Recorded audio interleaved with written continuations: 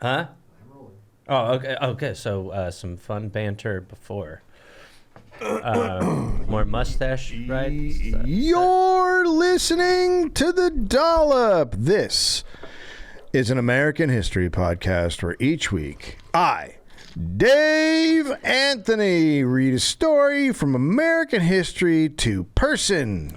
All right, not great momentum. Gareth Reynolds, who has no idea what the topic is going to be about. And also, I am now referred to as the human sound effects machine. You're too invested in your name. Know what I mean? What a crazy thing to say to someone. It's just not something that anyone would ever say to anyone. My name is my name, and I'm invested in it because it's my name.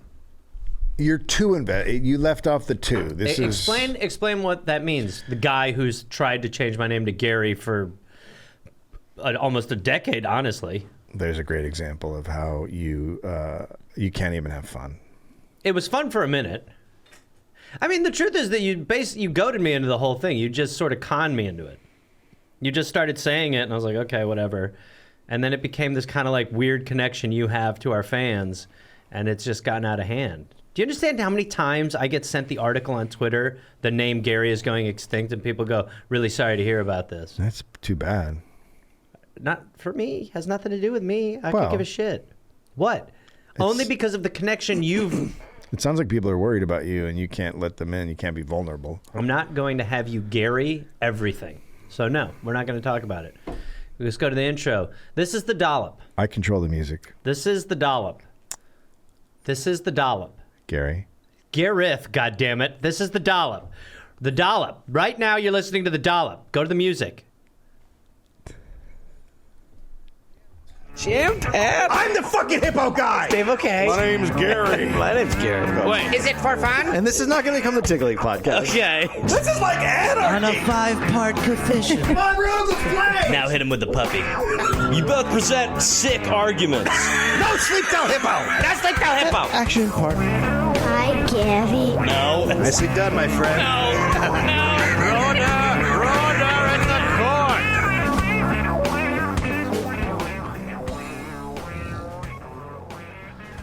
Okay. Well, now the intro's over. Oh, God. What year is it? I'm fucking wasted. God, I'm shit-canned. Wow. Who's your favorite Avenger? Frank. Mine's Mark. I love Mark. The guy who collects stones. That's 10. always fun to count yourself down for 10. 9. Yep, just like that. We're not 8. going to do the whole thing. Dave, 7. I will be doing some stand-up comedy across the greatest nation 6. in the world, the United States of America. 5. When this comes out, March 21st, Tuesday, I'll be in Lexington, Kentucky. March 22nd, I'll be in St. Louis. Thursday, March 23rd, I'll be at the Comedy Club of Kansas City. March 24th and March 25th, I'll be in Des Moines, Iowa. March 26th, I'll be at the Funny Bone in Omaha, Nebraska. Then April 12th, I'll be at the Tacoma Comedy Club doing a crowd work show. So that's where I'll be chatting to people in the crowd, and I'll be filming it. It's going to be a real fun time. That's Tacoma Comedy Club in Washington. Then the following night, April 13th, I'll be at the Spokane Comedy Club. April 14th, Friday, and April 15th, Saturday, I'll be in Bozeman, Montana at Last Best Comedy. Then May 5th, I'll be in Los Angeles, that beautiful place I love living inside, at the Dynasty Typewriter. May 18th, I'll be in Phoenix, Arizona at Stand Up Live. Then July 12th, New York Comedy Club in New York, New York. July 13th in Connecticut at the New York Comedy Club. And July 15th, I'll be in Pittsburgh doing a WDVE Comedy Fest. April 18th. No, there's more coming. That's it. That was in August. I don't need to promote I don't that. believe any of that. Okay. It's interesting that you feel like you don't believe Not that. a word. So you don't believe I'm at any of those places? Nope. Okay. Also have a special called England, Weed, and the Rest. You can find it on the All Things Comedy YouTube page. Just look it up. And we have another podcast. What's it called, Stinky? The Pastimes. That's right. It's The Pastimes. Each week, Stinky and I welcome a guest onto the show. We go through an old newspaper. You're supposed to not laugh at yourself like that. I mean, calling you Stinky's fun. And I'm having a good time. And we also have a Patreon where you can... Look, he's laughing in the Shut corner. your mouth, Luke. Yeah. Where you can go and watch weird stuff on Patreon. Patreon.com/the... By weird stuff, do you mean like turtles fucking cans? wow. Enough. Mitch McConnell right now needs us. We don't need to. He Does might have he- passed away by the time we release this episode. What But about- we're not going to get political. Let me tell you something we're not going to do. Crack we're not his going to shell. revel in the idea of when a politician who his is screwed shell. over tons of people is having a hard time. We're not going to do that. Either party. Look, if there's a time to disagree with someone's politics, and it's not when they fell on their pillow necks. Good God, have some class. He's a sexual being. Man, listen, anyone with 2 scrotums is going to be. December 1984. Rickey Henderson is traded to the New York Yankees. They signed him to a 5-year contract for $8.6 million. So he got the money. Last contract was under $1 million. He gets the money. His old Oakland teammates start talking shit about his reaction to not getting the $1 million contract. Sure. He spent the next year saying he might not play as hard and whining about it constantly. Sure. But they should have offered him $1 million. They undervalued him, They clearly, 100% did. And so now this is the guy who's going to come and meet the New York press, who are some of the most awful people on the face of the earth. What? When did it change? What year did it become better? Now, Rickey never dreamed of being a Yankee, Sure. whereas most kids, I think, playing baseball are like, well, that's the pinnacle. Mm-hmm. Rickey wanted to play football. Right. He really didn't care. As a kid, he idolized O.J. Simpson Same here. I'm sorry. Yeah. Well, after. after the murder. Go ahead. He loved the Oakland Raiders. Now, New York reporters think everyone should want to be a Yankee. Mm-hmm. And they make it very clear, the New York press, that players need to play ball because they can destroy them in the eyes of the fans. Okay. They were very Powerful. upfront about that. Did I mention all white except for one at this point? Here's this race stuff you're doing here. It's getting a little crazy. The Yankee uniforms have a belt buckle and buttons. Why belt buckles? Can we not? I mean, you're the Yankees. You're giving someone $10 million. You can't fit pants? A big old Confederate Oh, God. trucker You can belt. open a beer on it. So this is going to make sliding painful because he's been sliding on his chest, but now there's buttons there. Kind of how like you sleep on your eyes and ears. I'll keep it real. That's So yeah, called. it seems it's if you're the idea that you're like, look, unfortunately, you're gonna have to change how you play the sport because we're married to the fashion. Sorry, buddy, we got buttons on our. Sorry about that. Sorry, what are you going to do? They're big, giant. Fortunately, we put a plank of wood on the front of everyone. So he, in spring training, starts trying to learn how to slide feet first. I can't imagine signing someone for $10 million and being like, now, unfortunately, there's the button issue. Well, there you go. What are we going to do? There's no other way to put a shirt on. What are you going to do? Just slip it over your head? Yeah, it's... So he, of course, in spring training, slides into a base too hard and jams his ankle, and it's in a cast. Good work, Yankees. So, not a great start with the new team. That means he rehabs in Florida, and he shows up to New York 3 weeks after the season has started. Okay. So the press is salivating to see him, right? Right. They're waiting when he comes into the clubhouse the first time for the first day of practice, and he just rushes past them and says, quote, Well, he is fast. he says, quote, "I don't need no press now, man," and keeps going. He says he'll talk afterwards. Okay. But he doesn't talk afterwards. He just leaves. He didn't talk before his first game. Or when he did finally talk before his first game, they, of course, ask him how it feels to play in the outfield where greats have walked. Gehrig. Mantle. DiMaggio, Mantle. Ruth. Well, he hasn't. He's a kid from Oakland who idolized football players. He literally doesn't give a shit. Quote, "I don't care about them. I never saw DiMaggio or Mantle play. It's Rickey time." Oh, my God. To those people, they're like, excuse me, sir? I mean, no different than walking into a church and being like, "Ain't no Jesus." It's Rickey time. cleaning your butt in the water. Woo! Give me some of that blood. So that's it. He is done in the eyes of the New York press. Bunch of babies too. You're supposed to come in Right. and bow Yeah, down right, in right. front of the posters and kiss Right. DiMaggio's poster. He could have easily just been like, it's amazing. Yeah. He's like, He's being real. He's Ricky. He's like, nah, I don't give a shit. what's it like for them to be around me? So the press savages him. The team starts poorly. They're not playing well. And Steinbrenner We need more buttons. pretty quickly fires the manager. Okay. And hires a guy named Billy Martin.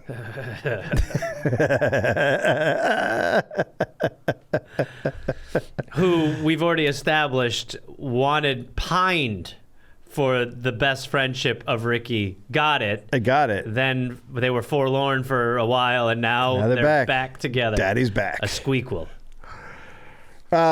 Ricky then has one of the greatest offensive seasons in baseball history.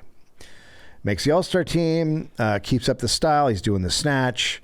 He's now wiggling his fingers before he runs for second. Wow. And then he adds... Gotta keep these hands loose from my legs. And then he adds the pick. The pick. He's picking his nose. So the pick was after Ricky would hit a big home run. So he's taking batting practice one day, and he can't hit the ball out. And an assistant coach is there, and he goes, here's the problem. You need to change the angle of your swing just a tiny bit. This today is known as launch angle. It's what everybody does. It's one of the reasons the game is boring. But launch angle, just do a little uppercut on that thing. Shows Ricky. A couple days later, Ricky's pounding home runs in practice. Quote, that guy must have been like, Yeah. Quote, I was so excited, I started hitting myself in the batting helmet. I started tugging at my jersey when I started running around the bases. So he's just out of his mind excited that he is hitting home runs. Right. Hitting himself in the head, pulling at his shirt. Probably wants to get rid of the buttons. So the pulling, he starts to call the pick. Okay. Because it transforms from, it's an organic transformation. It goes from, I'm pulling at my jersey to, look at this home run I just hit. I'm picking the cashmere lint off my sweater. Wow. Right? He only did the pick when he hit a home run that surprised even himself. Okay. Well, sorry. All Like home it runs was, are probably a little but no, but surprising. when he hit like a really good home run. Okay. The better the home run, the more picks it got. Oh God, Jesus Christ! He's got a lint roller? So he's doing that. So Ricky also loved to play cards. He loved to take money from players, especially rookies. He enjoyed cheating. He would take from the bottom of the deck, and like he was Cool. But he's a gambler. He didn't hide it when he had a good hand. Quote, He was doing the pick. That's a tell. He's got a tell for sure. I didn't write down who said this quote, but it was one of the players. Quote, and he was always in the third person. Ricky's got a good hand. Oh, good hand. Ricky's not going to tell you what to do, but he would fold if he were you. And It's the same way he plays baseball. right, He's but fucking it's also with like you. Okay, as long He's as like fucking with every him. hand, you're like, wait, what? Oh, Ricky's got a good one. He's just always in your head. I got a pair of Ricks. Once Ricky was in Las Vegas at a table when a casino rep stopped by and said, singer Tony Bennett would like to come over and say hello to you, Ricky. And Ricky said, quote, tell Tony Bennett Ricky would like to have him come over when Ricky has finished his lunch. Ricky had no idea who Tony Bennett was. Third personing on this level.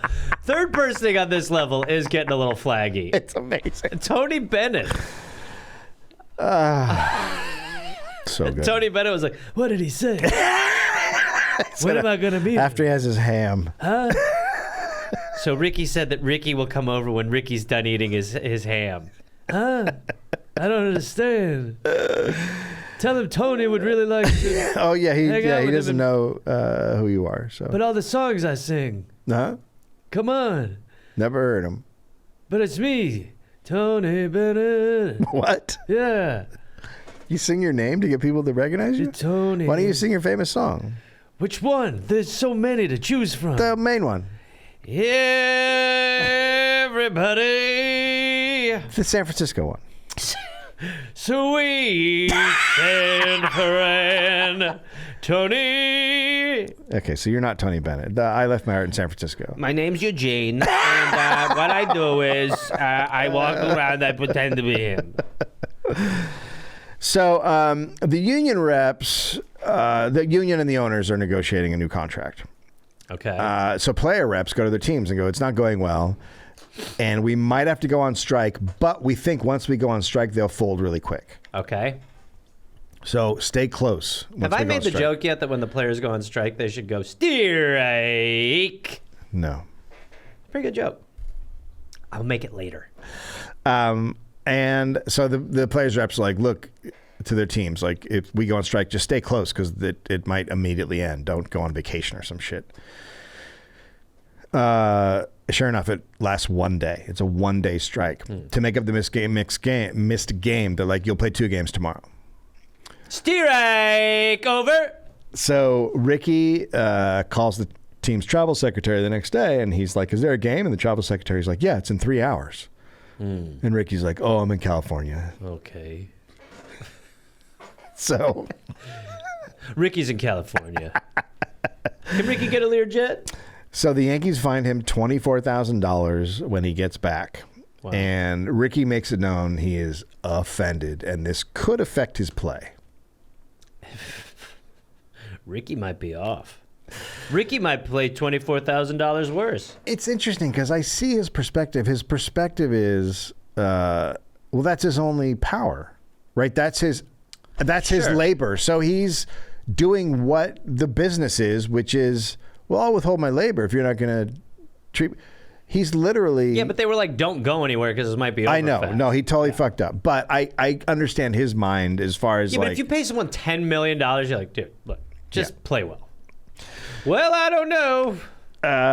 So this is in the press. Obviously makes him look bad, especially. But the press is probably pretty fair about it. Yeah. Especially at the time. So this is a time when, free agency is really taken off. So now players are really making millions of dollars, and ordinary Joes are like, wait, what? Because they used to not make that much. Right. Becomes unrelatable.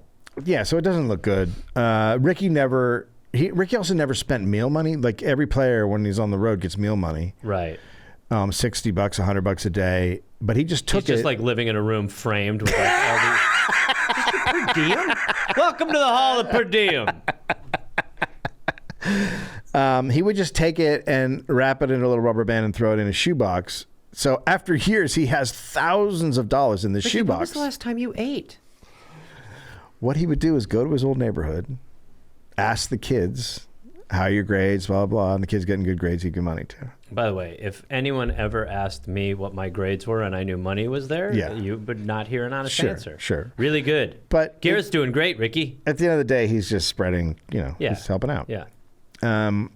That season, the Yankees are rolling. Very close race until September, and then Billy just fucking implodes. Billy does? Yeah, he does a bunch of bad shit in this September. Ends with the famous fight with Ed Whitson in the hotel. Right.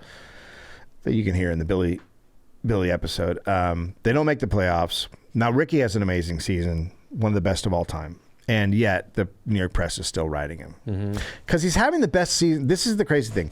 He's having the best season of all time, but complaining he won't put out. Right. He's obviously playing to his top potential because but he's he having said- one of the greatest baseball seasons. But he said- they can't get over Right. it, and they just keep writing about it.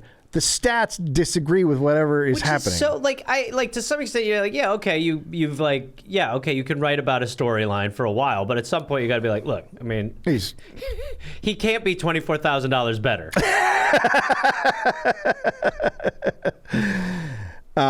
So Rickey comes in second in MVP voting, Relief pitcher. to Don Mattingly, his teammate, Okay. and Rickey's okay. Don Manning is his teammate.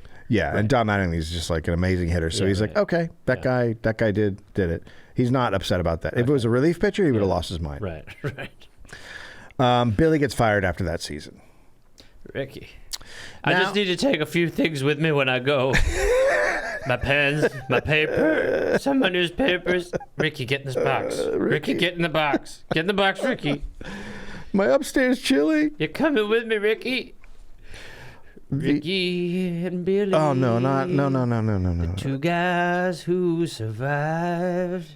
So From hitting to button, we went quail hunting. No, I'm not, Come I don't want to touch you. I'm on. not touching. We love Okay, Bill, you gotta to go. have fun and be kind of silly. Ricky and Billy eating upstairs. No. Chili Okay. is Ricky. It's Ricky and Billy. Okay.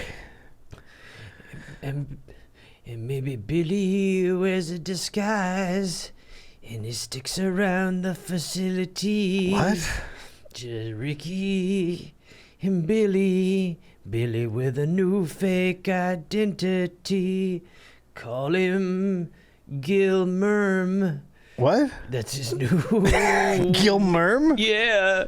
You just pretend that I belong here. Just Ricky and Gil Merm. I'm not. Stop winking. I'm not going to call you Gil. Gil Merm. And I'll wear a weird little perm. Okay, It'll no. be a wig. Can you dig? No, I can't dig. Come on, Bill, Ricky. you gotta go, man. Ricky and Billy. Gil Merm. Look, there's whiskey over there. Oh, Gil Merm is an alcoholic.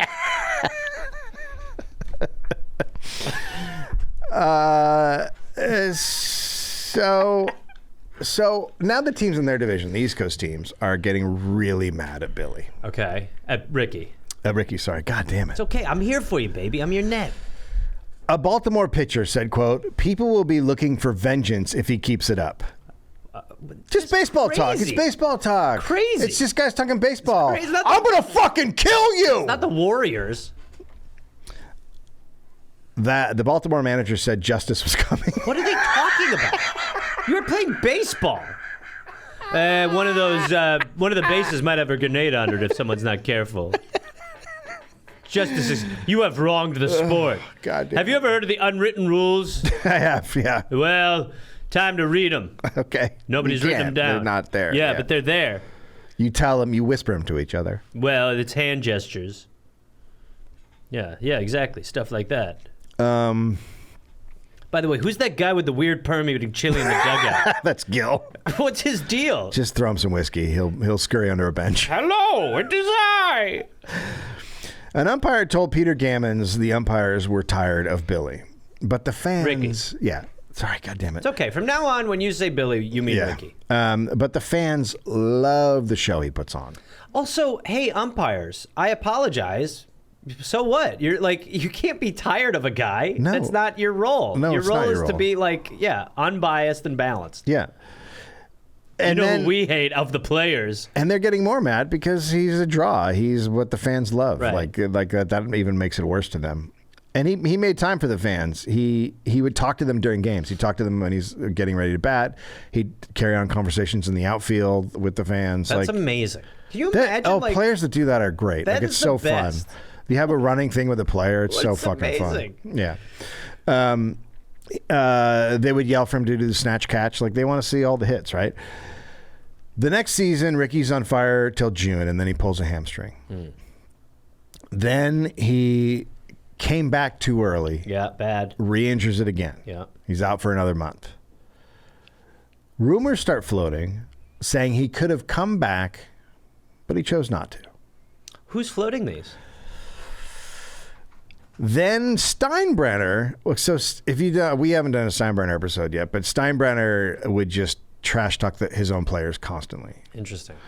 So Steinbrenner tells the press the manager wants to trade Ricky because the manager thought Ricky could have played through the injury. Crazy. So just totally, George never really liked Ricky. George, I always thought George was a racist, but I'd have to look more into it. But he sounds like a really racist person.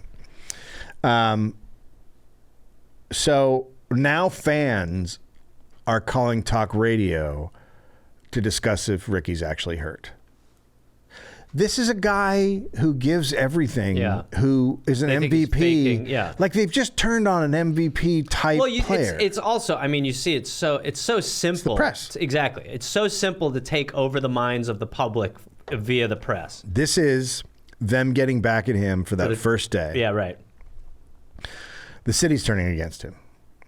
Then the Daily News called him the most overrated player in Major League Baseball. What? He's hurt! Yeah. Look at him. Yeah, look at his stats from last night. Nothing. Look at the day before. Nothing. The guy's a quitter. And it's also not just coming from the press. Shit talking is coming from the team, coaches, players, and the front office, whispering he could have played. Crazy. So it's guys on the team who don't like him. They're using this moment, right? His assistant is this guy named Walt McCreary. Quote, I'm not a Billy Martin character. Hello, I'm not? Walt. No, my name is Walt McCreary. hi, Walt. Hello. I have a very extensive background that is not associated with the sport of baseball. Uh-huh. Yes.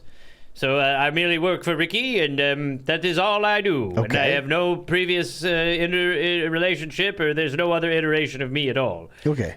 My name, I've never been called Gil Herm. Okay. Yeah, that's not anything I've been doing at all. Go ahead and fire a question my way. Billy, Yeah. can you No, leave? my name is You were the other guy. Billy, you were fired. Fire. I'm a man with a very long goatee. Take off the clown mask. What? Who ever said anything about that? Take off the clown mask. Okay, now here you are. Hey, that's Billy. No. Hi, Look. Billy. No. This. Look, Crown Royal.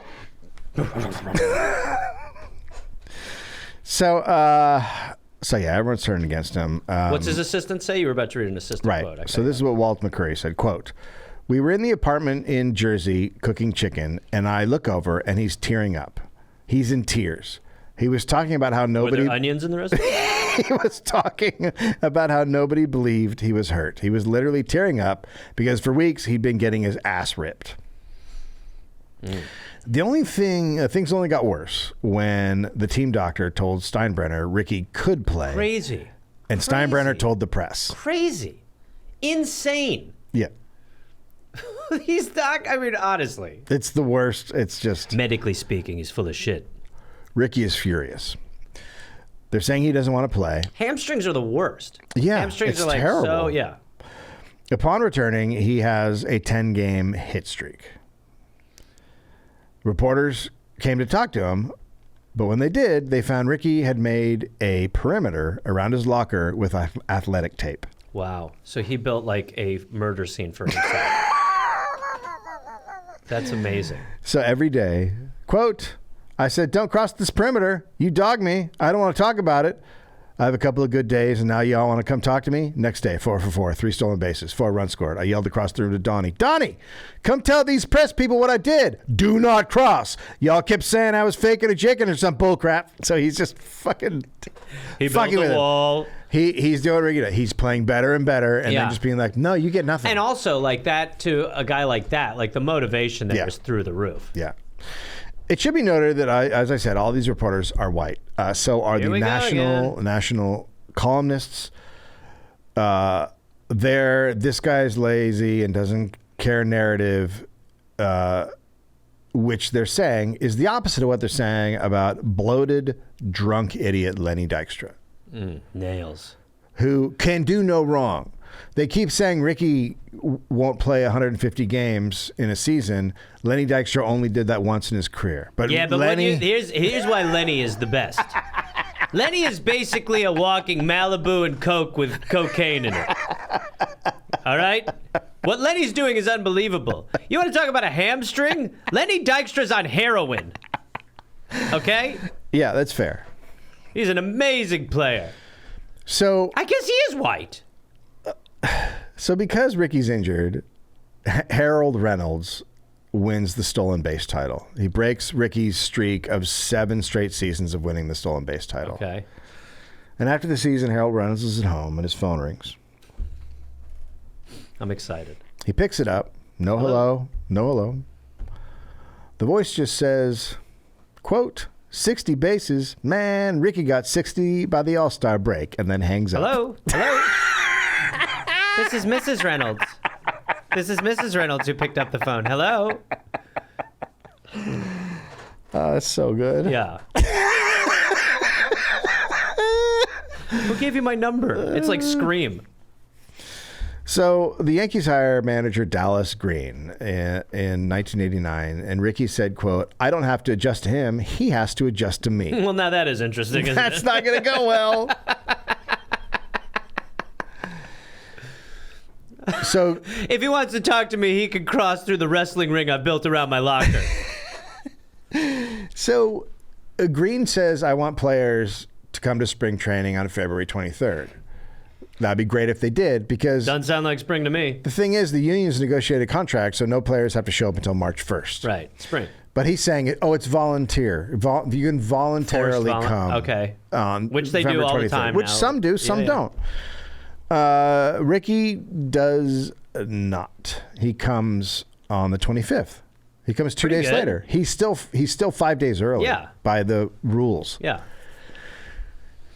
Green said, quote, maybe Rickey can't read. Cool. This guy's cool. Loving this guy. Right off the bat. What a great way to handle it.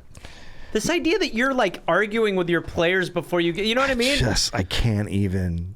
There was that seems like it's maybe similar now in a way, but now coaches are so much more players coaches. Totally. They're like because friends. that's how you get like Billy Yeah. Martin, for instance. I mean, granted, sure, he was maybe popping a few cold ones when he shouldn't have been, but you do get more out of him when you're like, yeah, look, I want to help you. Yeah, Steve Kerr is a great example. Yeah, Like, there's a tons of players- them. yeah, Andy there's a bu- Reid. yeah, like, there's a bunch of them. Yeah.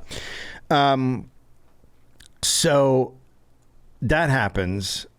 And then Wade Boggs it has been revealed he has a mistress. It's in all the press. And the next thing Green says is he says maybe Rickey was having sex with Wade Boggs' mistress, and that's why he didn't come on time. That's one of those things where it's like. So you have a black guy. You've said two things about him. Yeah. He can't read, and he's fucking a lot. But also, if you give a little more thought to it, you'd be like, I could probably hurt him a little bit better than being like, well, maybe this woman that Wade Boggs has been having an affair with, the Rickey's also having an affair with. Like, what, buddy? What are you going for here? Like, I don't know, just stuff I sort of heard. I'm kind of spinning it back and not really sure how this, boy. I'm a roast comic. And, of course, the New York press, totally on board. Totally on Such board. a dumb one, though. Well, Maybe he's sleeping with Wade Boggs' mistress. Maybe Rickey is sleeping with Wade Boggs. they'll say whatever. They don't care. They'll say whatever Yeah. to hurt Rickey. Right. And this is clearly just fucking crazy racist. And again, their race, you said was white. Yeah, they're white, except for one. which we don't want to get into. There's one black woman writer who's in Connecticut. That's the only one who covers the Yankees. So it's safe to say that all races were doing this. correct. Thank you. No further questions. Then Rickey is mad. Why? He's been having this injured year. The press has been talking shit about him. Some teammates have been talking He shit showed about up him. early. Like the teammates, the Yankees, the owner have all been saying he's not playing when he should have. So he's mad at everybody. Crazy that he's a Yankee, and everyone's like, "This guy, he sucks." Why? Yeah, so he says they're drinking too much. That's why they didn't. And They didn't win. he's only talking to her, obviously. Yeah. Right. So the players are not happy. You mean these surly, hungover men? He's right. Right. It turns out that the manager had to ban drinking on the plane. They were drinking so much. He's right, but you don't talk about internal clubhouse. Who does Wade Boggs play for now? Boston. Did I say Wade Boggs? Earlier. Wade Oh Boggs' no, mistress. that was just Yeah, right. no. It's so he their managers had shut off drinking. Like the drinking was a problem, Right. but the problem is you're brought not it. supposed to take team stuff out in the public. So that's it. He is in June. He's traded back to the Oakland A's. Okay. A lot of people. Billy Martin buys a house in Oakland. He already had one Buddy. there. A lot of people in New York think they'll be much better when he's gone. This is the problem. Yeah, well, you got rid of your best player. Yeah, you got rid of the Set problem faster, guy. yeah, right. The problem guy. They are far worse. It doesn't help that two of the three players they got for Rickey were soon convicted of sex crimes against teenagers. One getting 50-year sentence. So Rickey got traded for Cool. a kind of okay pitcher and two sex criminals. Wow. Steinbrenner was like, I pulled it off. We're gonna own Sing Sing this year, boys. So Rickey now goes to an amazing A's team. They had lost the World Series the year before. The only thing they were missing is a leadoff hitter. And they get the greatest leadoff hitter of all time. Right. Is that going to... Make them better, yeah. Okay.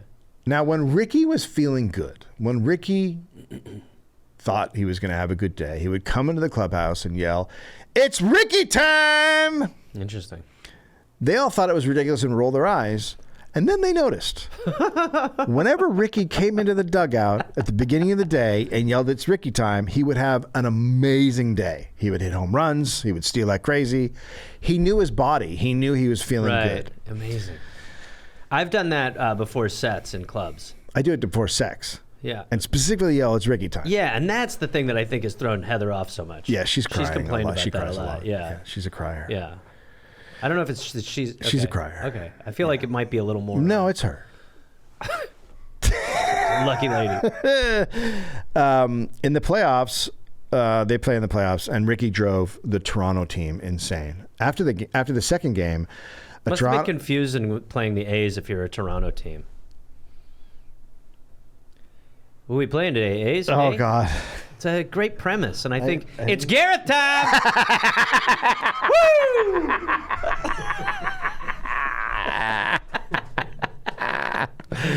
It's a heady premise, but with 20 minutes, I might get it close. So after the second game, a Toronto player told the press, quote, "Fuck Rickey Henderson. He's a great ball player, but fuck Rickey Henderson." Wow. When Rickey heard that, he said, quote, "If you think I'm showing you up, I'm just going to steal more bases." He's in their heads. Right, yeah. He's embarrassing them on the field. Toronto players wanted to throw at him. So they had a team meeting, and they're like, "We should hit him with a pitch." The strategy is to hit him with pitches. Yeah, get him on put base. him on Yeah, base. exactly. Smart. But the guy, one of the best players on their team is a guy named Lloyd Mosby, who grew up with Rickey. Mm-hmm. And he said, "Yeah, that's not going to bother Rickey." Quote, "You don't understand. You can't intimidate Rickey." Especially if it's Rickey time. The day before Game 3, Rickey said the Toronto catcher, quote, "I don't think he can ever throw me out. If they want to win, maybe they should put someone else back there." Wow. So he's just like, I mean, his fucking mind game is incredible. Yeah, right. Now that guy is off his game. Right. He's just fucking mad. The day of the game, Rickey had terrible gas. It's a very interesting thing you're highlighting. It's not Rickey time. He just keeps farting in the clubhouse. The entire clubhouse reeks. One player said Rickey Henderson. They needed to fumigate it. They needed to fumigate from farts? And then he walks up to bat for the first time and points his ass at the catcher's face and farts. Okay. He clearly ate beans or something. Wait, are you telling me? He 100% did this on purpose. He bean Absolutely. pounded? Yes, he bean pounded. He bean Just packed to fart in the catcher's. He's fucking with the catcher on such a level that it is mind-boggling. Just crop dusted in his little mask? The idea... Rickey. The doubt, it's like, he's just like, everyone in the club is like, "My God." And then he's like, "Don't worry. It's all leading to something. What did you eat?" "Garlic and beans. I'm not feeling great. I think I pulled another hamstring." The A's did... Rickey sprained his ass and is actually out for the rest of the series. The A's did lose that game, but the next game, Rickey hit 2 home runs and they won. Rickey had one of the greatest playoff series in baseball history. I would love to see him hit a home run and run those bases. Farting? Yeah. Wow, look at it go, and he's taking the bases. It looks like he slid, but he didn't. So the World Series was against the Giants, and it was hit by a massive earthquake before Game 3. When the quake hit, Rickey was in the clubhouse on the toilet. And he just thought the fans... Okay? Is there like a gastroenterologist? We seem to do that a lot. Team? We seem to do that a lot before. A lot of people think it was him who caused the earthquake. Well, he thought it was the fans getting excited until someone came in and said, "No, That's amazing. Wow, there's they're been an really fired earthquake." up out there. Huh? Oh, they're cracking some of the walls. The stadium collapsed. They beat the Giants in 4 games, and Rickey now had his first World Series ring. Wow. Sometimes when superstar athletes check into hotels, they use fake names. I do that. Just a random name so Yeah, people won't know who they are. I do Gil Herm. Yeah. Normal names. Yeah. Rickey would check in with names Dog like man. Richard Pryor, James Brown, and Luther Vandross.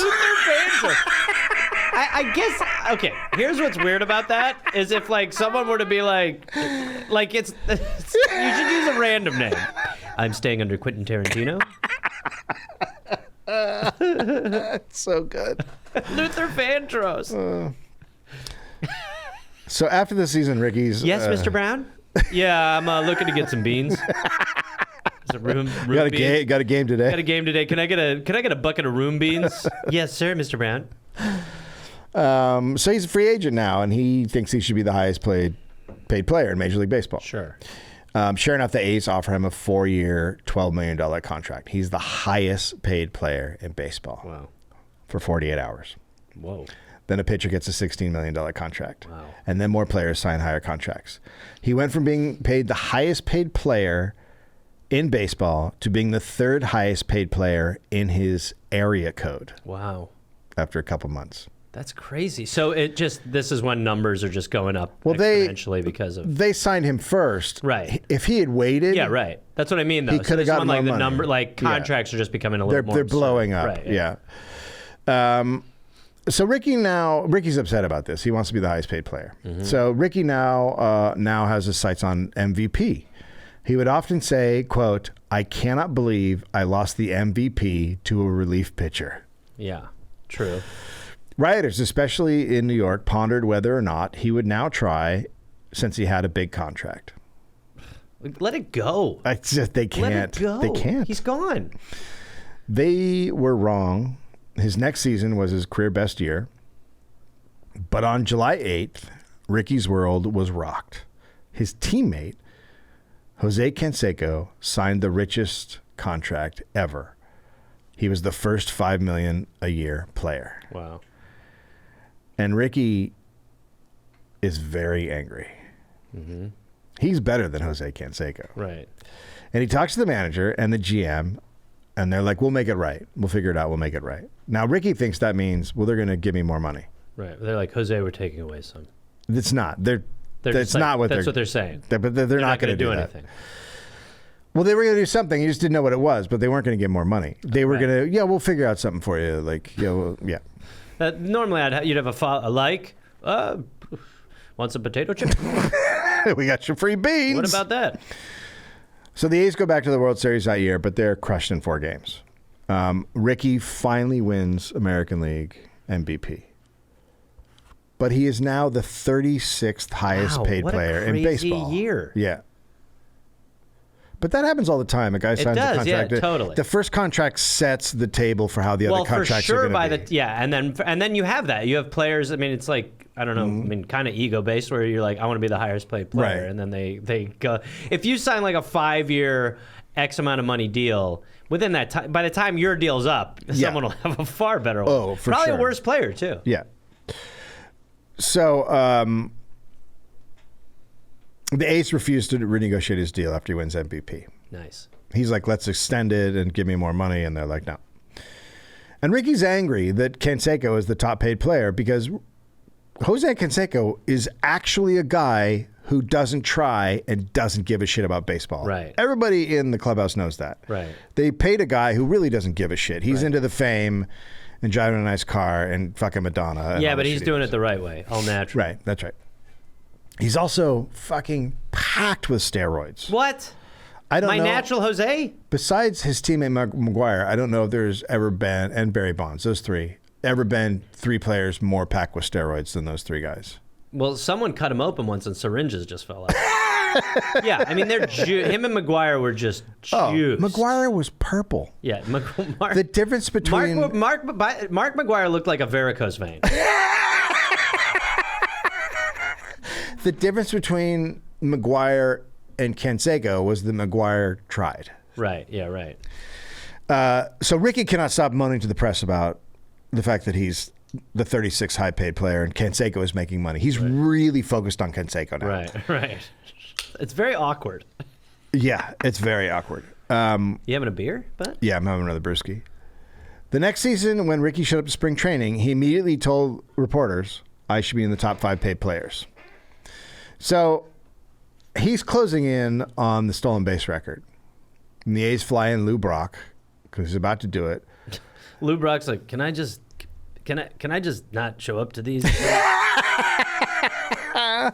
He breaks the record on May 1st, 1991. 939 stolen bases. Everyone, give it up for Rickey Henderson and Lou Brock, who's now a nobody. Hey, second guy. They stop the game and have a ceremony. Mm-hmm. And Rickey makes a speech. Uh-oh. Uh-oh. He thanks people, lots of people. And then he ends by saying, quote, Lou Brock was the symbol of great base stealing, but today I am the greatest of all time. I mean, I was on a 6-hour flight. This is crazy bullshit. What? This is crazy. Lou Brock is standing right beside him. Cool. This guy now is an official nothing next to me. I turned this guy into basically a toenail. Hey, remember Lou Brock? I don't. Get out of here. Get him away from me. I don't want to catch loser syndrome. This spot's for greatest people ever. Maybe we put him under the mound where we bury losers. Years later, Rickey would say, quote, after I said it, I knew I'd never live it down. Oh, yeah. Okay. Yeah, so people talk shit about it Right, immediately. yeah. One day the game was about to start, and Tony La Russa, the A's manager, doesn't know where Rickey is, and it's getting very close to starting. Sure. He was leading It's bat off. places. For those of you who do theater, it's places. Now, Rickey is at a point where he would sometimes not stretch, not practice hitting, not do anything Crazy. before a game. Crazy. And so this day he's done nothing. Not warmed up, no batting practice, nothing. And Tony La Russa sends a guy to look for him.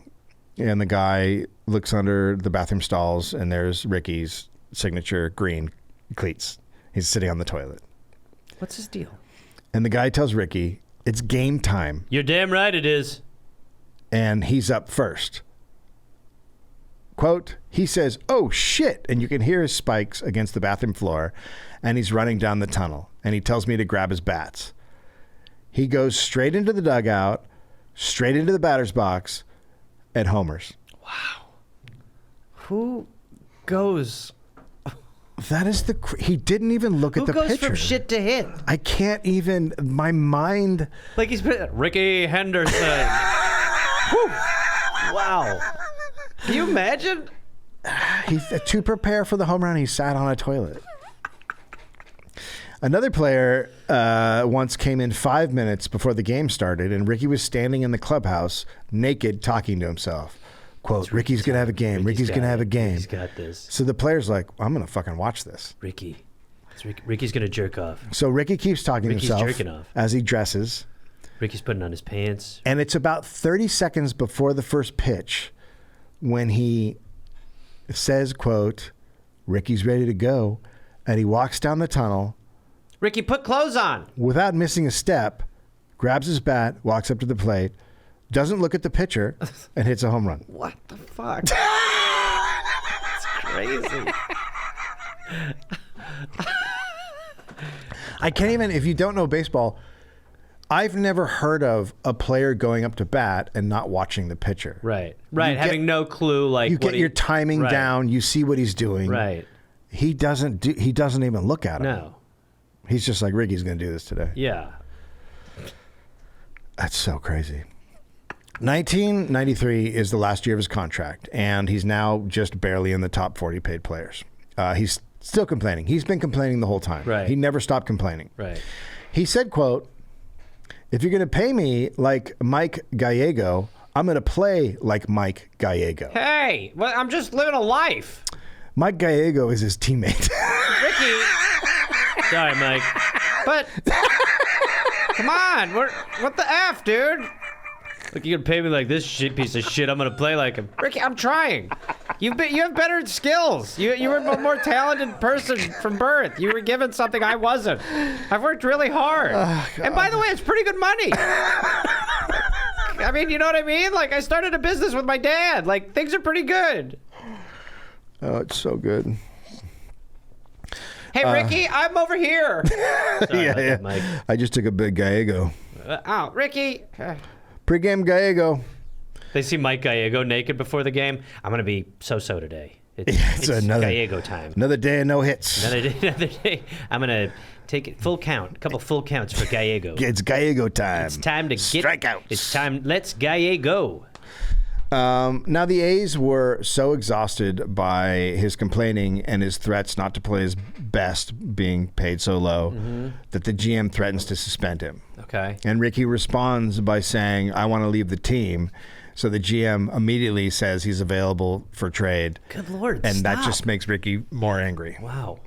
Some of the A's players have had it too. On a plane, Carney Langford challenges him to a fist fight. I mean, So it's getting really. Also, they're bad now, and this is Right. what happens when you're bad. Right. It's Yeah, with the yeah, same right. thing with the Yankees. They all start chirping at each other when they're bad. Right. It's just. So two San Francisco Chronicle reporters straight up called Rickey a dog. The headline of the story was "Old Dog Up to Old Tricks." Wow. And in the article, they said the A's should include a can of Alpo in the trade. good Lord. This is a guy who just won MVP. Yeah. It's not like he's playing bad. No, right. Hey, The just stats are fine. They Right, just you don't like what he's saying. Right. Yeah. Right. And it's crazy because, you know, what we just talked about, like you sign a contract, then 5 years later, you're not the best paid player. But if you think about it, shouldn't there also be... A sliding scale. Yeah. And they do that. They do that a lot in sports now, where they'll figure out something. I mean, you have that all the time, where like a player is going to threaten to leave before their contract is up because of X and X, and it is like kind of a negotiating tactic. And then you go, all right, well, we're going to give you like a $2 million bonus, or we're going to add money on your contract, or we're going to give you an extension or whatever. You know, Yeah, but if you hit this many hits, you'll get more money. If you get this many, or there's incentivized, yeah. So yeah, that's definitely not happening here. The A's But manager, he could, if he plays good enough, he could get some Alpo. oh, big can of Alpo. The A's manager Tony La Russa now starts publicly saying Rickey isn't a great player because great players weren't flamboyant. Crazy. Is that your boy? Is that your boy La Russa there, Aaron? Yeah, Aaron, defend him. Huh? No. Yeah. It's your best friend, you said before the show. You liked those championships, didn't you, buddy? Yeah.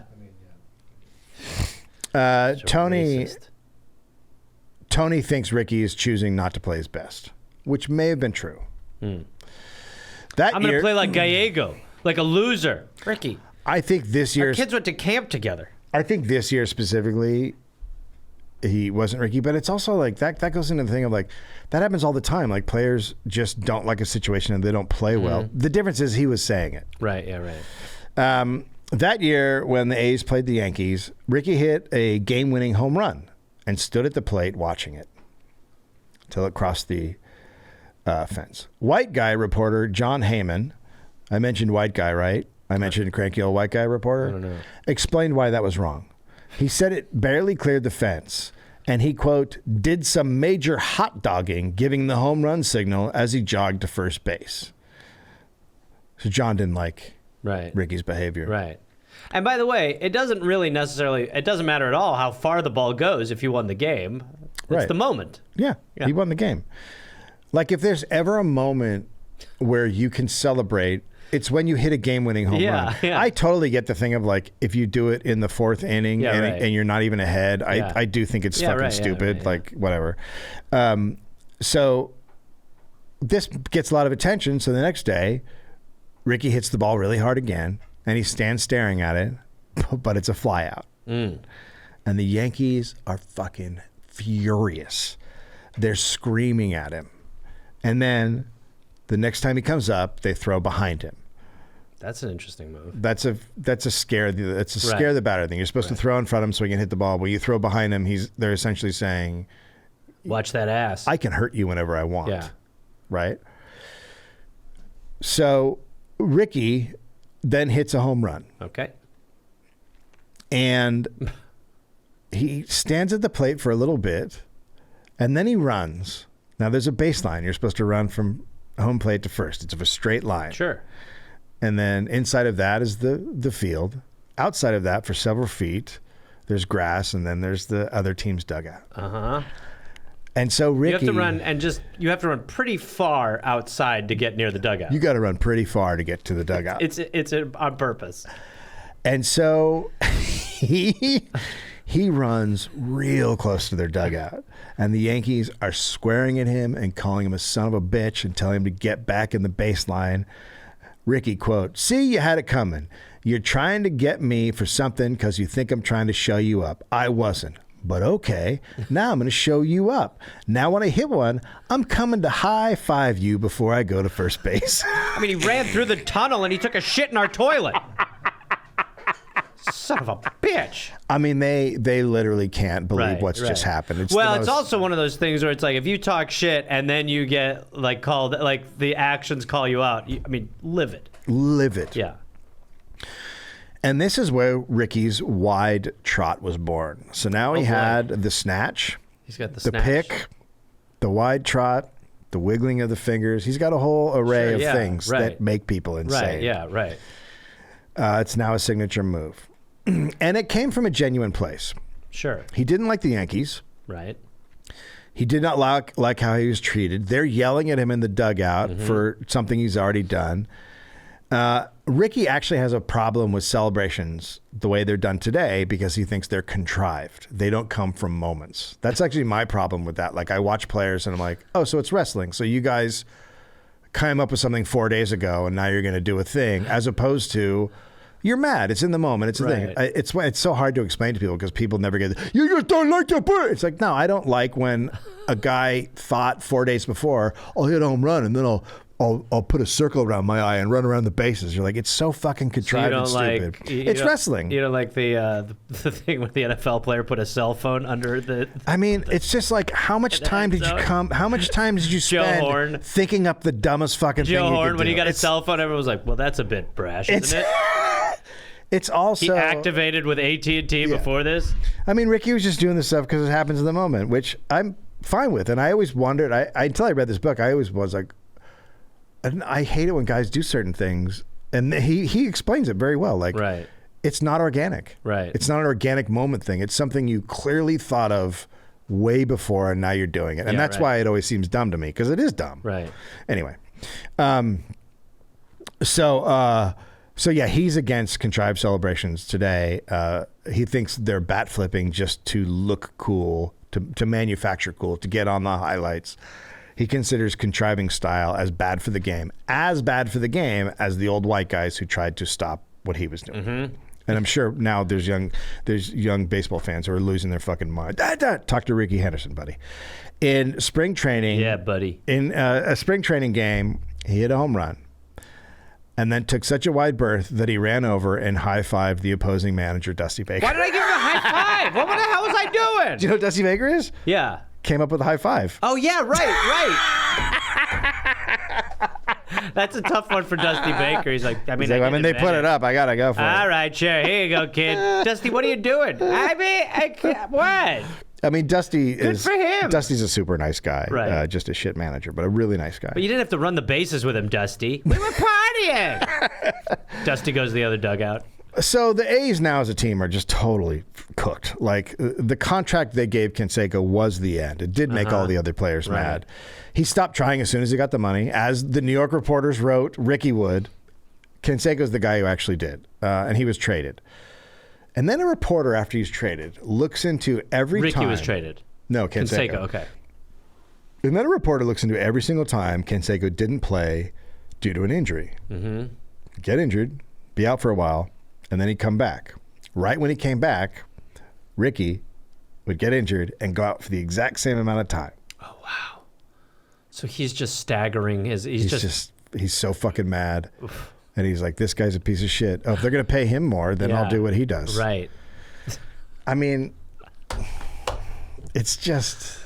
I mean, you can't... You're just like, what are you doing? But he's so fucking mad. He can't control his anger with that shit. Yeah. I mean, you know.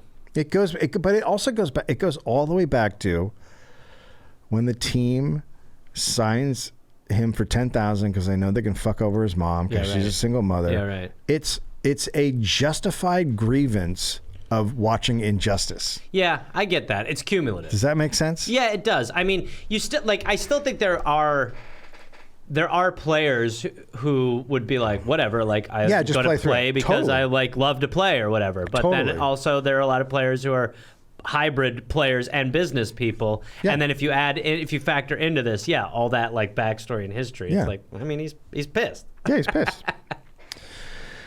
And white people And get plus, really mad at Canseco's it. out for most of those games because of sore veins. It's a weird injury. So Rickey is traded to Toronto. He has one amazing Rickey moment in August. He's icing his foot, and he falls asleep. Sure. And Rickey's probably the only baseball player on record Ricky's going to pass out. who got frostbite in August. What in the name of God? He missed 3 games. He got frostbite? How do you pass out that hard? I don't know. It's amazing.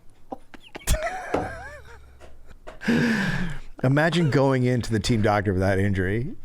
What the fuck happened? Were you on Everest? No, I just passed out with ice on my foot. So Wait, what? I bit my toe off. Do you do you have the ability to wake up? Are you I wake thought up? I did, but anyway, so part of me is blue. Blue Jays. Yeah. Hey. Toronto wins the World Series, and so that's Rickey's second World Series he wins. Sure. When the A's had Only traded, person in baseball to ever be on injury report for frostbite? yep. Okay. When the A's had traded him, they were like, "We want you back next season." It's like a temporary trade thing because his contract's up, and Right. you're trading him Just to get... the team's getting him for just those months, Yeah. and then he's a You're gonna free come agent back, again. yeah. So the A's sign him again. Then his world falls apart. I'm not going to go too deep into this because it's super convoluted. It's about money and family. It's crazy, like people being mad, like all this shit.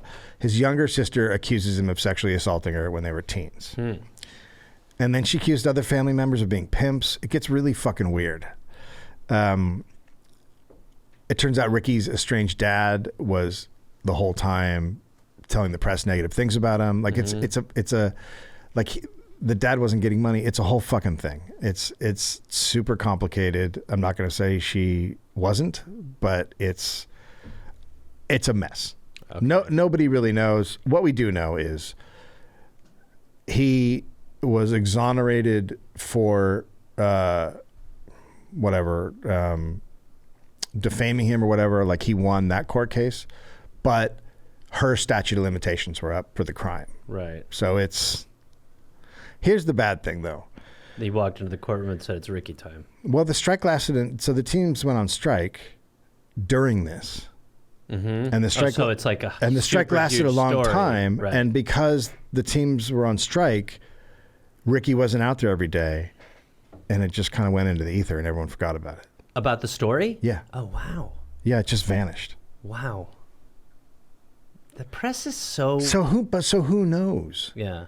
You would think the press would love that because I would think they love during to a dead attack Rickey. spot, Yeah, and I also right? think during a dead spot of the sport, you'd be like, this is like salacious or whatever. But I do think it was like there were lawsuits going back and forth. Right. She's accusing the whole family of things. The Right. dad's involved, which is super sketchy. Yeah.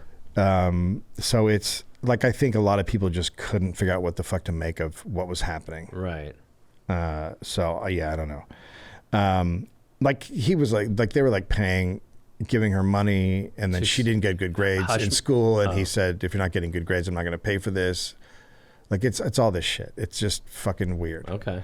Like he's basically paying for tons of family members to, He's got all that have lunch their money. houses and stuff, whatever. So anyway, I'm not gonna. Yeah, that's just fucked up and whatever. Anytime a player is accused of sex crimes, it's Kobe Bryant. It's all this shit. It's just like It's a lot. they bring in the PR, right? Right. And so you don't like it's just a garbage dump at that point. So Rickey's now been playing for 13 years, Okay. and that's when a lot of people retire. Sure. It's when, the guys that he played with are now retiring, And he signs in 1995 with the San Diego Padres. And this would be the beginning of 7 teams in 7 years. Okay. A lot of players, like I said, retire, but he's filling a hole. There's not a lot of great leadoff hitters. Right. And Rickey, quote, that's how it would go. You need a boost? Get Rickey. You close to winning? Go get Rickey. So what did I say? So he now realizes, because he's getting to that age where he's thinking about the end of his career, the memorabilia, people don't like him. Uh-huh. His value as a memorabilia guy is much lower than the value of other players. Weird. Even though he restricted his signature, that's one thing Willie Mays told him, don't give away your stuff because Right. they're going to fuck you on the salary. Right. So Willie Mays told him, don't sign shit. Like he only This is a contract. signed like 12 bases in his entire career. Oh, wow. Like he just didn't. So he wanted his signature to be more valuable, but now he It learns. doesn't matter. Oh, well, you're not beloved by a lot of people. Right. So your value's less. Right.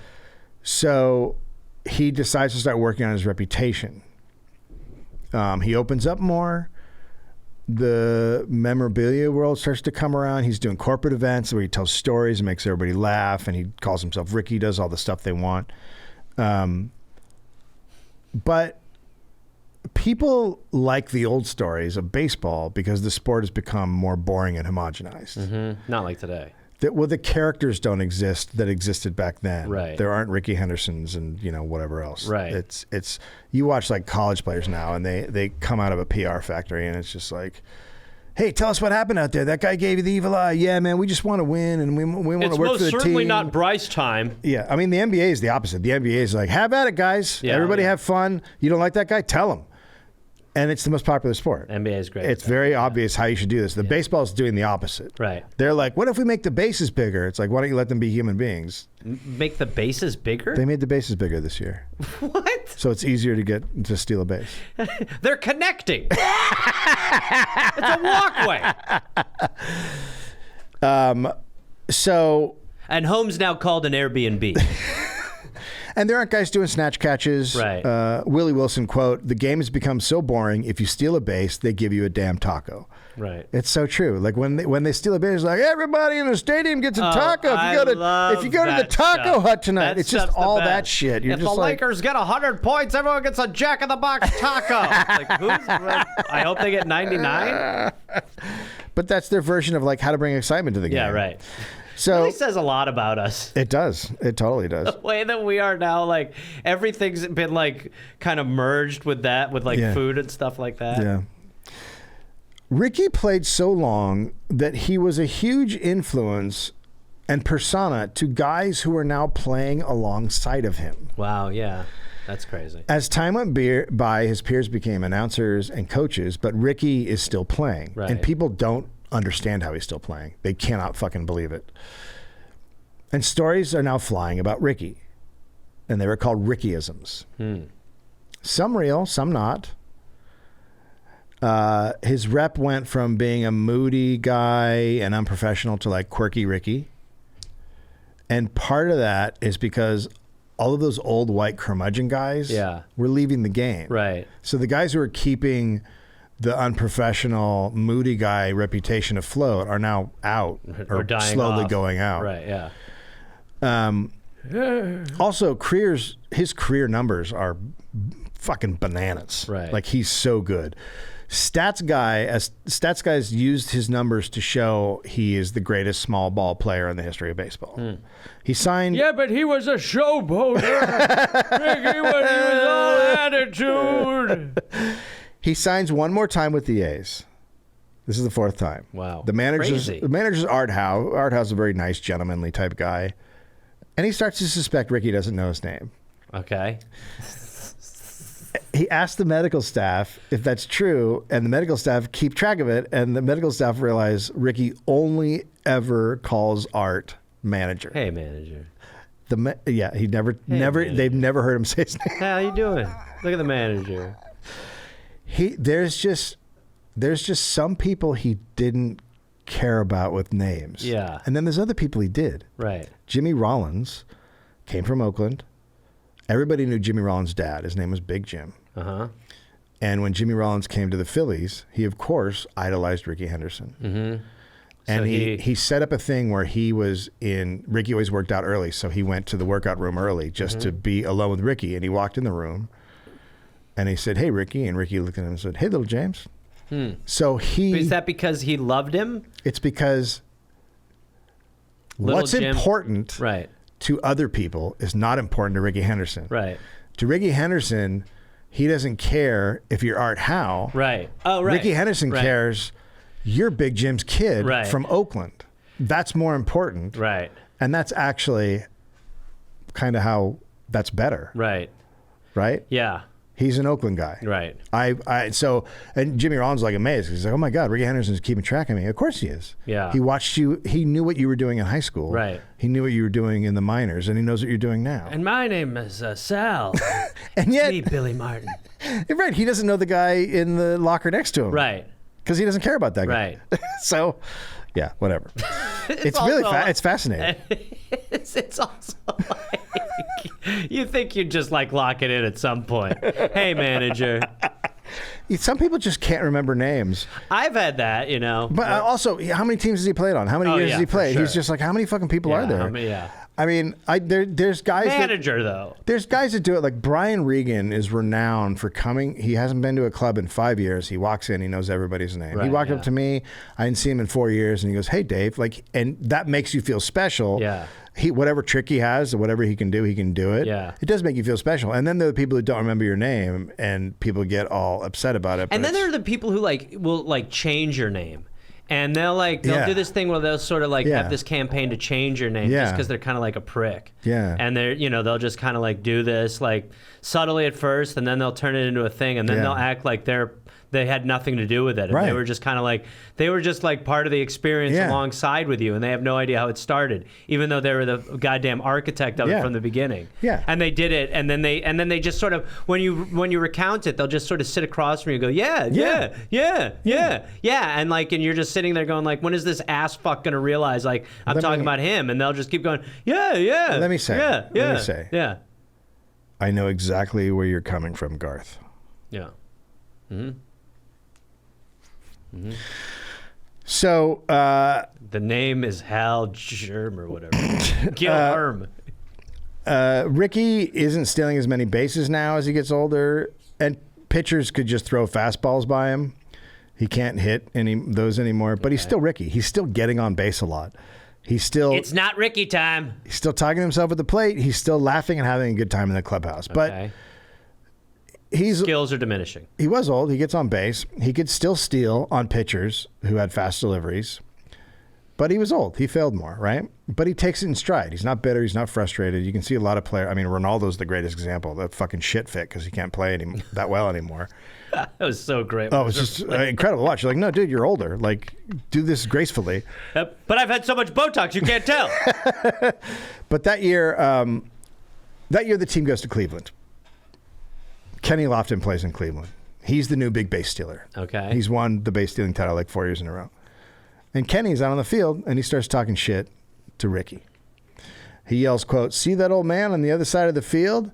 There's a new sheriff in town. That dude is done." Rickey gets on base. He steals second. He steals third. He scores. He comes back to the dugout and says, quote, "If Rickey sleep, let Rickey sleep." What? Well, he's saying, Don't wake a sleeping giant. yep. Lofton did not Could get have been on. a little more clear. Lofton, no, he's about to be clear. Oh. Lofton did not get on base that game, and Rickey wasn't done. He stole 29 straight bases and finished with more stolen bases than Kenny Lofton, and won the stolen base title again. Stupid sheriff. That's the most amazing thing of all. He's just like, "Oh, really? I'm old? Okay. Yeah, and by Let's the do way, this." this is a guy who there's those players who like I was saying, like Michael Jordan in The Last Dance, they bulletin board themselves. Yeah. They don't need the material to put on the bulletin board, but if you give it to them, it's like, buddy, you Well, have you really just made look a what you've mistake. done. Yeah, this is a horrible error. And I took that personally. I mean, imagine how mad Lofton was watching him. Oh, man. Oh my God. The A's hold a big ceremony at the end of the year. They call it Rickey Henderson Day. They assume he's resigning. He's ending it. But after the game, right, It's Rickey Henderson Day. He gives a speech, his whole thing. After the game, Rickey says, quote, I intend to play next year somewhere. Hopefully it will be here. He's now 40.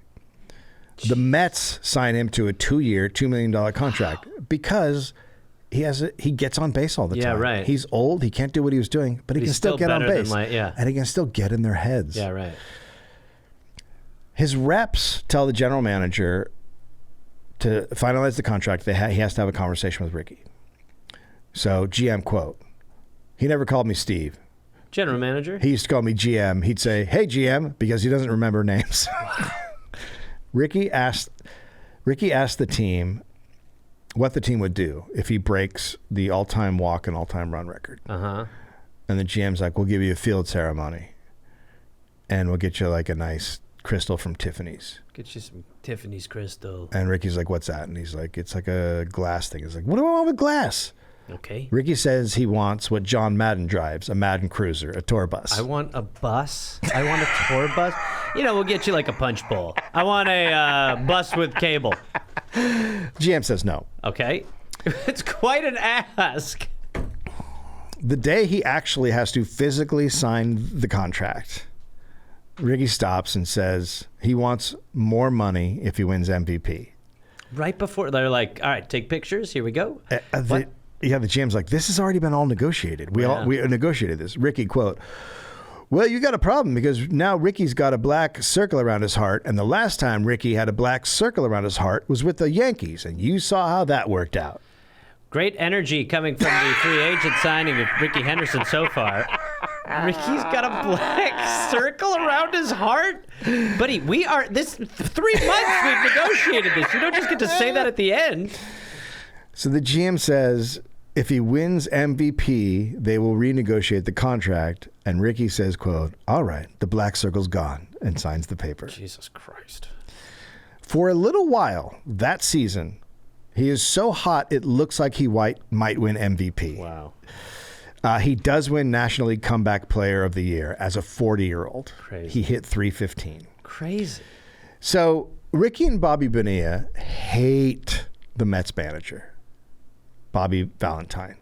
Uh-huh. And Valentine, they go to the playoffs, and Valentine humiliates Rickey by taking him out when he's in the field, removing him from the game when he's in the field. And the Mets end up losing the last game in extra innings. Okay. Some players are crying.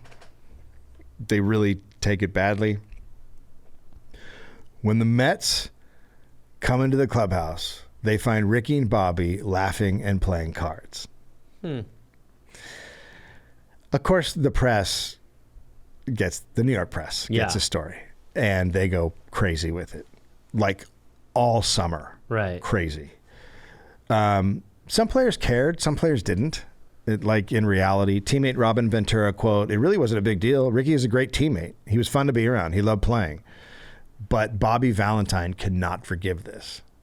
And I think, based on what I know about Rickey knew this would drive Bobby Valentine crazy. Wait, Rickey was playing cards with Bobby Valentine? No, he's playing cards with Bobby Bonilla. Oh, Bobby Bonilla. Okay, Yeah. sorry. Okay, right, okay. He knew it would make Valentine nuts. They both did, I'm sure. Right.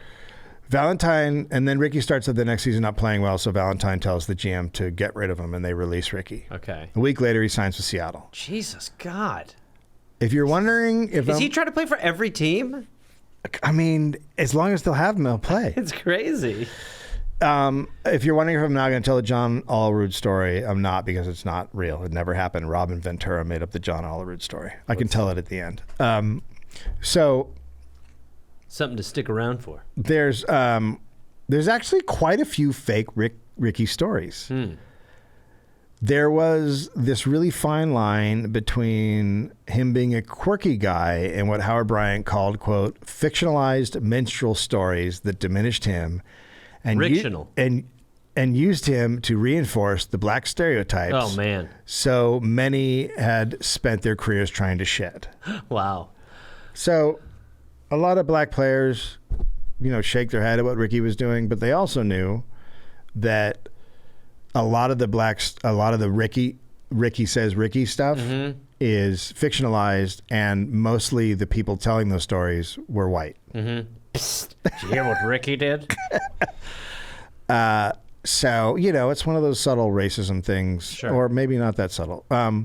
So the stories like that, so many versions. Yeah. It's just an embarrassment of riches. the stories like that made it harder for black players to have careers post playing, like managers and GMs. Like, so that they're not taken as seriously because they're, people tended to over embellish his talking in the third person, and a lot of black players told Rickey stories, but they did not use the third person because Rickey often didn't use third person. Right. He just talked about himself. He did do it a lot when he was fired up, when he came in the dugout and said it's Rickey time, when he's trying to talk to himself at bat. He did at times like that. He's naked.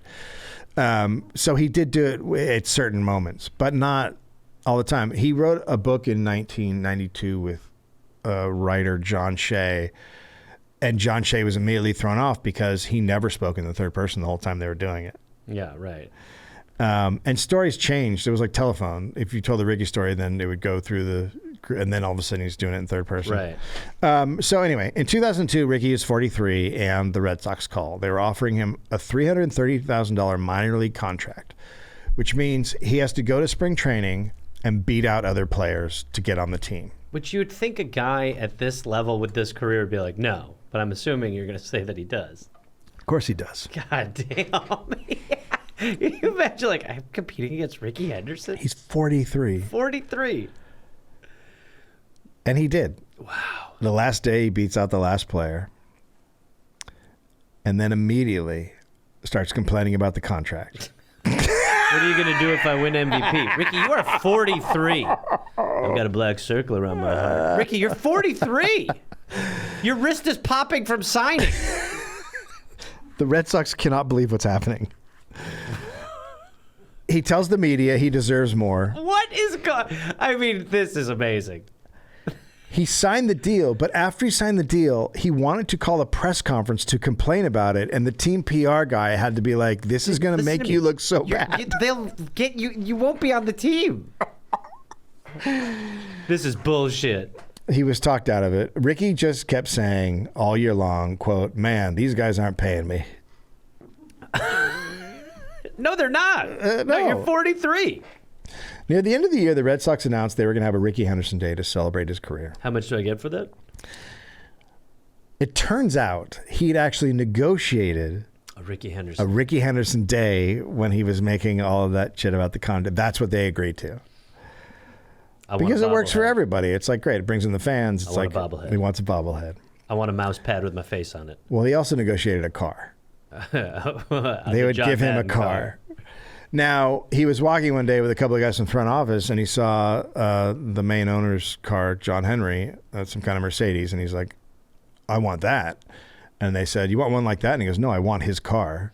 Rickey, I don't walk you through how this all sort of works and how we incentivize deals. So, okay, you negotiated the deal. Do you understand? And you signed that deal.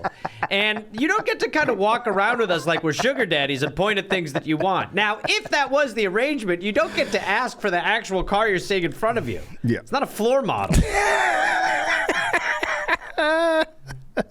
So we took a walk with Rickey, and he would like your. Can we have the keys? Can we give Rickey Henderson your car? So there's two versions of the story, and I'll read one, but they're all both kind of the same thing. He goes the day of the Rickey Day. He comes to the stadium, and he in the parking lot, in the players' parking lot, there's a brand new Ford Thunderbird. And Rickey says, quote, whose piece of shit is that? And the lot attendant tells him it's the gift card they're giving him. And Rickey says, quote, oh, okay. I think I'll give it to one of my daughters. Anyway, there's a huge crowd. Rickey Henderson Day. And just like during Oakland's Rickey Henderson Day, he says he's not quitting baseball. Wow. Everyone's like, please retire. Does anyone want to trade cars? Quote, I think that I want to play one more year. I can still help a team. But after Boston, no MLB team calls for Rickey. Right. But he's not done. What? In 2003, he went back to the minor leagues in Newark, New Jersey, and Rickey made the All-Star team. In the minors. Yeah. Yeah. He agreed to play in the All-Star game because he was told it was in Nashville, which is like great food, great town. But then he found out it was in Nashua, New Hampshire, so he didn't show up to the Not All-Star great game. food, not great town. He didn't show up to the All-Star game. Wow. I should have let him finish when he said Nash. Then the LA Dodgers called. No. He was back in Major League Baseball. What? His 55 years old. His final at bat, he was hit by a pitch and scored. He started the next season back in It's a Newark. body bunt. So he's in Newark for a while, and then he switches to a San Diego independent team. Independent team? Surf Dogs, yeah. I thought you said Surf Dongs. Surf Dongs. The Surf Dongs. Yeah. It's a Yeah. weird logo. We're like pool noodles. It's a bad logo, but it's We're the Surf Dongs. it's a surfboard with a penis. Looks like we're fishing. The next year he The was sharks got my dog. the next year he was still saying he could play in Major League Baseball. And on. He finally gave in and retired on July 13th, 2007. Can I have a car? Rickey Henderson has the most stolen bases, the most runs scored, most games led off with a home run, and most walks. He was elected to the Hall of Fame the first year he was eligible. And boy, were people excited because Rickey had to give a speech. Oh, boy. And he's concerned about the speech.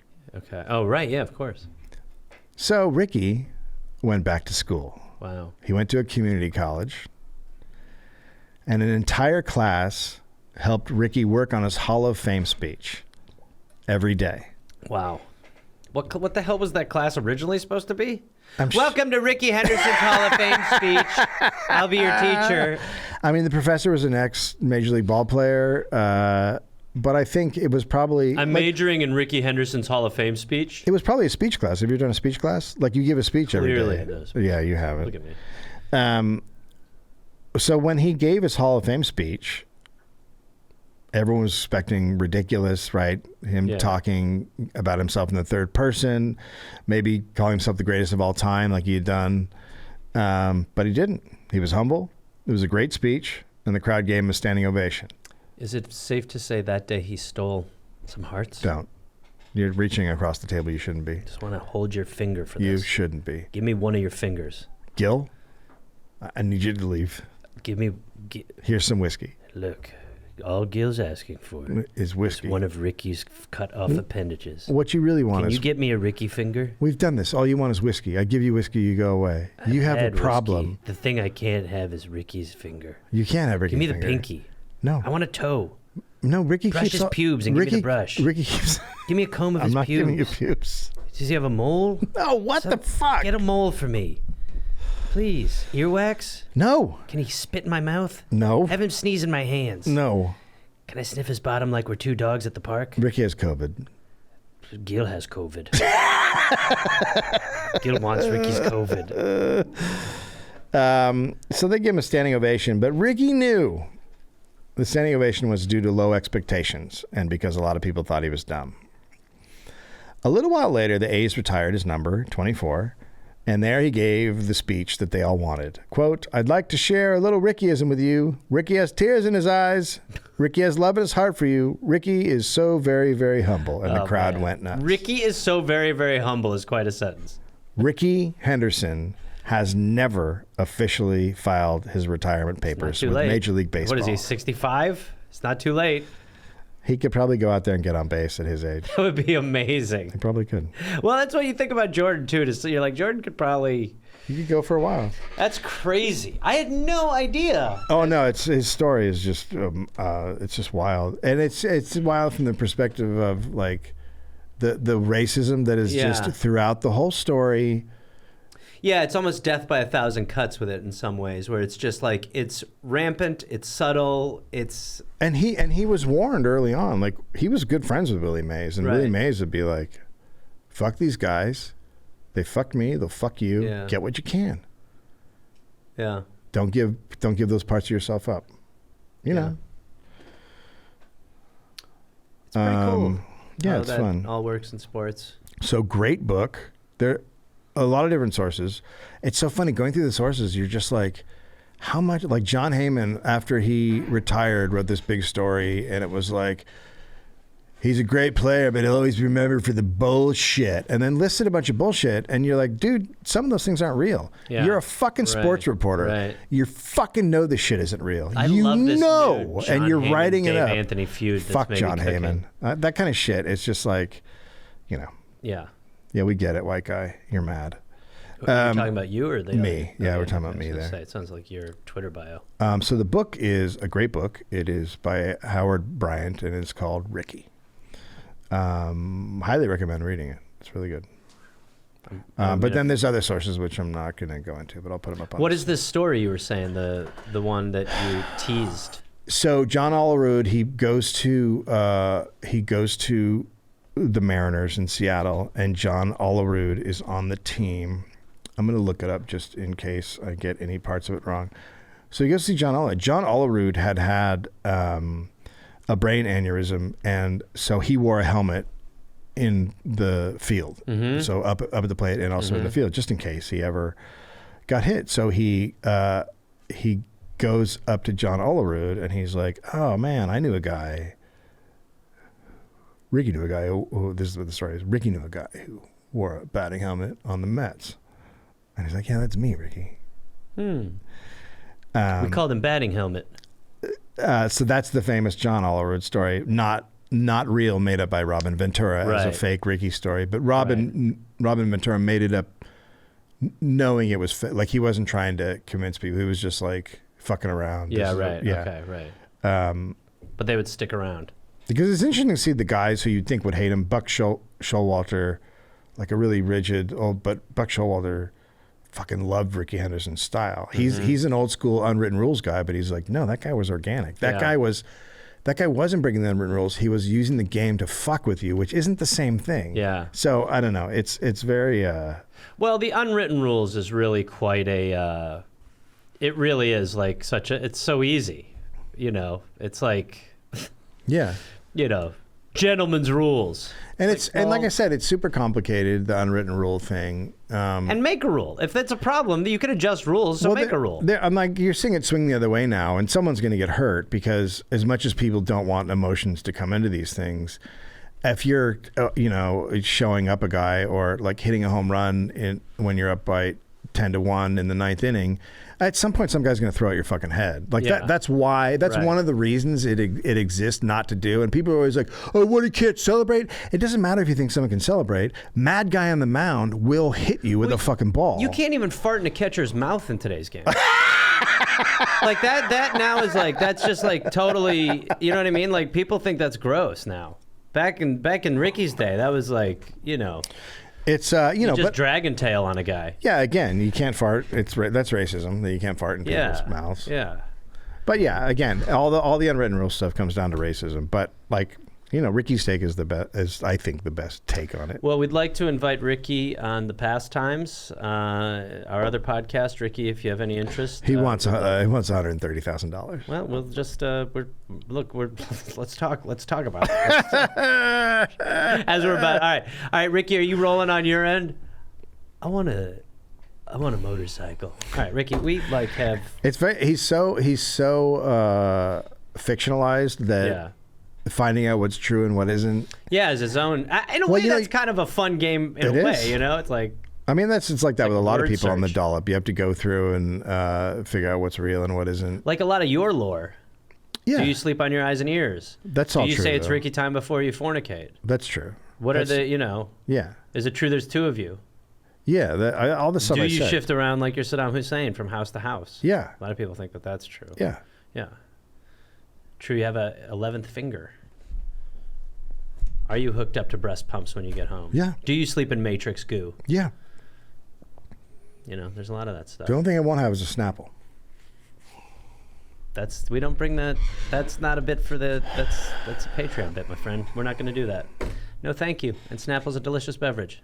Quiet. It's not. Aaron, cut it. Cut it. Makes cut it. you- makes cut you- it now. makes cut you it pee- now. makes you cut pee it. black. Cut it now. Cut Makes it you now. pee black. Cut it. Cut it.